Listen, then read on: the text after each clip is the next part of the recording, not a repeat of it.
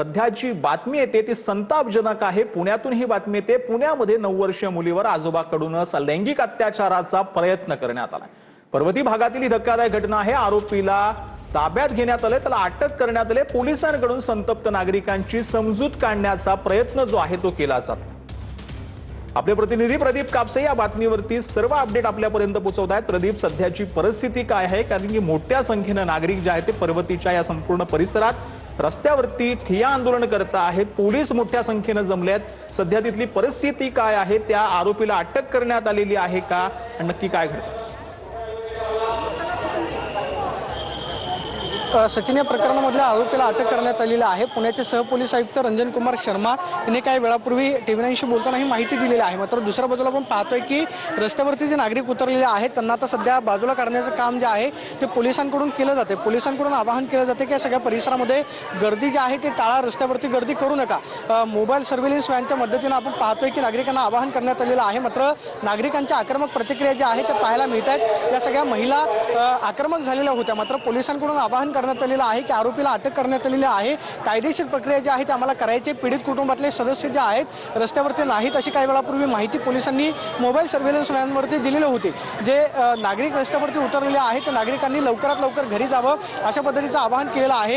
या घटनेमधल्या मुलीला जे आहे ते ससून अंगणामध्ये मेडिकलसाठी नेण्यात आलेलं आहे। मुलीची तब्येत जी आहे ती अतिशय व्यवस्थित आहे। मुलीसोबत तिची आई आहे। मात्र आरोपीवरती कठोरातली कठोर कारवाई करावी आणि आरोपीला थेट आमच्या ताब्यामध्ये द्यावं ही मागणी या सगळ्या परिसरामधल्या नागरिकांची होती आणि त्यासाठी हा सगळा जमाव काही वेळापासून आपण पाहतो की रस्त्यावरती उतरलेला होता। मात्र पुण्याचे सहपोलीस आयुक्त असतील, वरिष्ठ अधिकारी जे आहेत ते नागरिकांमध्ये समन्वय साधत होते। नागरिकांना समजावून सांगण्याचा प्रयत्न करत होते की कायदेशीर प्रक्रिया जी आहे ती आम्हाला करायची आहे।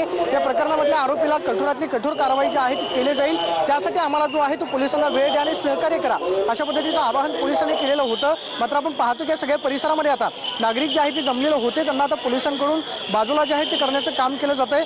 2 दिवसांपूर्वी आपण नसरापूरमधली घटना पाहिली आणि त्यानंतर सख्या आजोबाकडूनच नातीवरती जो आहे तो लैंगिक अत्याचार करण्याचा प्रयत्न करण्यात आलेला आहे। पर्वती पोलीस ठाण्यामध्ये अगदी थोड्या वेळामध्ये या सगळ्या संदर्भातला गुन्हा जो आहे तो सुद्धा दाखल केला जाईल। मात्र पुण्यामध्ये नक्की चाललंय काय किंवा कौटुंबिक नाती जी आहे ती कशी विकृत चाललेली आहे त्याचं एक विकृत उदाहरण जे आहे ते आपण पाहतो की पुण्यामध्ये पाहायला मिळतंय।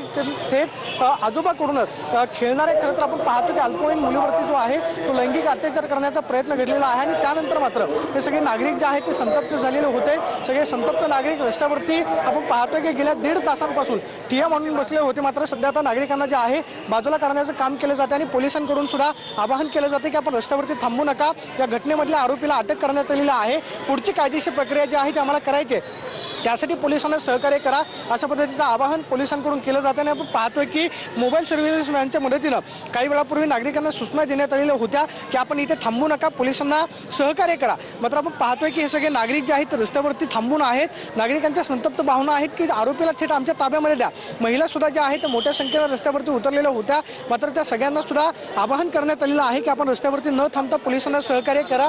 आणि आपण पाहतोय की या सगळ्या परिसरामध्ये वरिष्ठ पोलीस अधिकाऱ्यांकडून सूचना देण्यात आल्यानंतर हे सगळे संतप्त नागरिक जे आहेत त्यांना आता बाजूला काढण्याचं काम सध्या पोलिसांकडून केलं जाते। मात्र पुण्याचे सहपोलीस आयुक्त रंजन कुमार शर्मा यांनी काही वेळापूर्वी जी माहिती दिली आहे ते म्हणजे प्रकरणामधला आरोपी हा मुलीचा आजोबाच आहे। खरं तर आजोबाकडून हे विकृत कृत्य जे आहे ते करण्यात आलेलं आहे। माणुसकीला काळीमा फाटावी, त्याचबरोबर माणुसकीला सुद्धा लाज वाटावी अशा पद्धतीची घटना जी आहे ती पुण्यामध्ये घडलेली पाहायला मिळते। कारण खेळणाऱ्या मांडीवरती बागडणाऱ्या मुलीवरतीच आजोबाकडूनच लैंगिक अत्याचार केल्याची घटना जी आहे ती घडलेली आहे। त्यामुळे परिसरामधले नागरिक संतप्त झालेले होते। मात्र नागरिकांचा सगळा प्रकार लक्षात आल्यानंतर नागरिकांनी थेट पोलिसांकडे प्रदीप या संपूर्ण प्रकरणासंदर्भात तुझ्याकडनं अधिक अपडेट जे आहेत ते घेत राहा।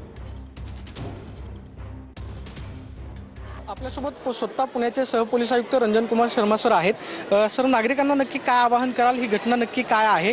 नागरिक संतप्त झालेले पाहायला मिळतात, जमावाच्या आक्रमक प्रतिक्रिया आहेत, लोकांना काय आवाहन? या जे दत्तवाडी परिसरचे जे झोपडपट्टी एरिया आहे तिथे एक 9 वर्षाची मुलगीवर त्यांचे सख्खा आजोबा यांनीच जे आहे अतिप्रसंग करण्याचा प्रयास केलेला आहे।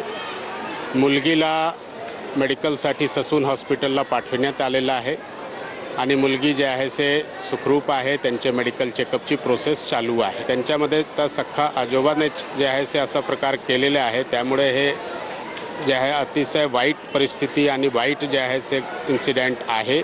यांच्यामध्ये मी लोकांना आवाहन करतो की यांच्यामध्ये आरोपी जे आहे ताब्यात आहे। FIR रजिस्ट्रेशन करण्याचे प्रोसेस सुरू आहे. या प्रकरणामध्ये सुद्धा हे प्रकरण जे आहे ते फास्ट ट्रॅकवरती चालवलं जाईल का, जेणेकरून आरोपीवरती लवकरात लवकर कारवाई जी आहे ती केली? नक्कीच यांच्यामध्ये हे तात्काळ जे आहे ते जितके फास्टमध्ये जे आहे चार्जशीट करून आणि फास्ट ट्रॅकमध्ये हे करण्याची कोर्टाला जे आहे ते याबद्दलचे पूर्ण विनंती आणि समन्वय साधले जाणार आहे.